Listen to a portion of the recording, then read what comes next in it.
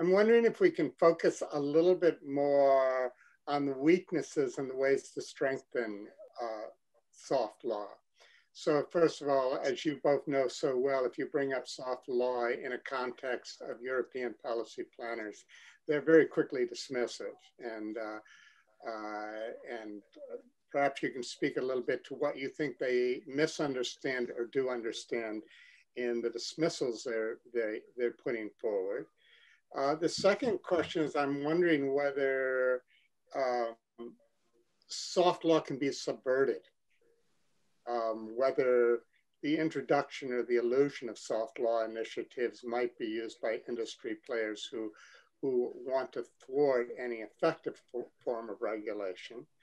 And the third part of my question, you've already given some examples of some effective initiatives that have enforcement behind them. But I'm wondering if you had the capacity to structure or influence it, what kind of new mechanisms or incentives would you like to promote to make soft law initiatives more effective? Great questions. Sort of covers our whole project in 3 questions. In the first one, there's definitely a philosophical difference between Europe and the United States, as you mentioned. If you sort of suggest, this should be industry governing this. In Europe, you get this huge pushback that goes against democratic legitimacy. And yet Europe is a huge user of soft law, an applier of soft law. Part of the problem is this perception that soft law means industry self-regulation. And that's one type of soft law, but there's many others as well. And in fact, the EU regulations that were just proposed do involve, things like code of conduct, particularly for the lower risk technology applications. So they are incorporating soft law into their governance theme, just like they have for nanotech, just like they did for biotech. So it's part of the system. It just plays somewhat of a lower role compared to the government regulation compared to the United States.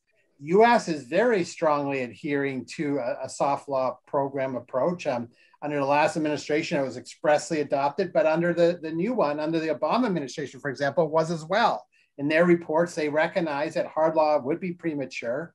Lots changed in those 8 years or 6 years since that Obama administration white paper. But still, you're going to see a lot of reliance on soft law in the United States just because of how bureaucratic our government process is. Of adopting a regulation takes years. Our statutes don't cover a lot of the issues, even with soft law, so no one maybe even has jurisdiction.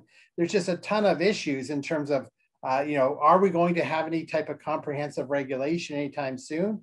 And I don't think we will. I think that's just a fact. We will have progressively more pieces of regulation at both the state and federal levels over time. And 15 years from now, it's going to look quite different than it does now because there will be a lot of regulatory programs in place. But again, they won't be perfect. Regulation has never completely solved any problem. It's not a panacea, just like soft law is not a panacea. I was a government regulatory lawyer for 10 years in DC, and every program I worked on had all kinds of flaws. It was used to keep out smaller entities. It had, huge non-compliance that the government just couldn't possibly ensure there was compliance. There's just a ton of issues and problems they got outdated. They were, regulating something that no longer existed and not the new applications. There's just huge problems with regulatory systems. So there is no perfect answer here. It's just a matter of a mix, and it may be different in different jurisdictions. In terms of, can entities misuse soft law or exploit it? Absolutely. That's sort of the ethics washing that Anya was talking about. And there's no question that occurs. We saw it in these other technologies we looked at, and we see it in AI as well. But that's if we just put out this set of great principles, we can now say we're ethical and responsible AI and go on our way. And obviously that's just ethics washing. That's just greenwashing. It's just saying something, but not following through.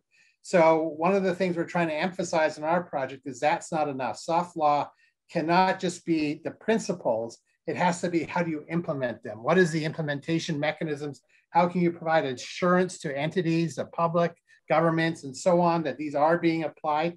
And so that's really what we're looking at in the third part of your question is, what are the tools out there? From what can we learn about?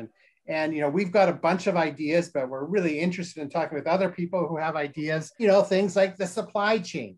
I saw when I was a regulatory lawyer, some companies who got really concerned about their products being misused and started to enforce soft law mechanisms through their supply chain. Could we start doing that with AI? Could some of the developers insist that the users follow through on this? I think the issue of standards is very promising in that way. IEEE, I'm working, Carlos is as well, Wendell, I know you are, on this standard IEEE of governance of AI by entities that develop and use AI. Having a standard like that could be very effective because it can be sometimes legally enforced as a standard of care, at least in the United States. And so there's, there's another mechanism of FTC can enforce against companies that commit to say they're going to do something and then don't follow through on it, even though it wasn't legally required by hard law. It may have been a soft law program, but they say they're going to do that and they don't. That's deceptive business practices, and the FTC can take enforcement action against that.